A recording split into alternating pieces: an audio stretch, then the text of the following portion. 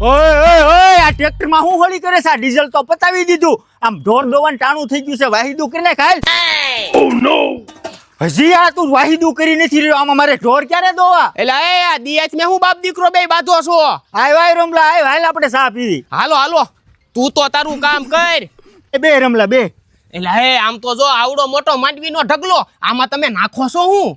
ઈ બધી મારા ઝીંટુના દાદાને ખબર હોય. જો ગાડે બેઠા એને પૂછી લે જા. ખારા તો નહીં થાય ને? ના ભાઈ તું પૂછ ને. હે આતા ક્યુ ખાતર નાખો છો? અક્ષા ફર્ટિલાઇઝર વાળાનું માઇકો રાજા. અને માંડવી, કપાસ, શેરડી અને પાછું બધાય પાકમાં હાલે. આનાથી બીજો કઈ ફાયદો થાય કે નહીં? પાકની ગુણવત્તા અને ઉત્પાદનમાં વધારો કરે, અને રોગ પ્રતિકારક ક્ષમતા વધારે, પોષક તત્વનું શોષણ વધારે, છોડના તંતુમૂળનો વિકાસ કરે અને માટીની રચનામાં સુધારો કરે. તો નકરા ફાયદા. હવે આ જ ખાતર વાપરવાનું. અક્ષા ફર્ટિલાઇઝર વાળાનું માઇકો રાજા. આ લાંગી મારું છે.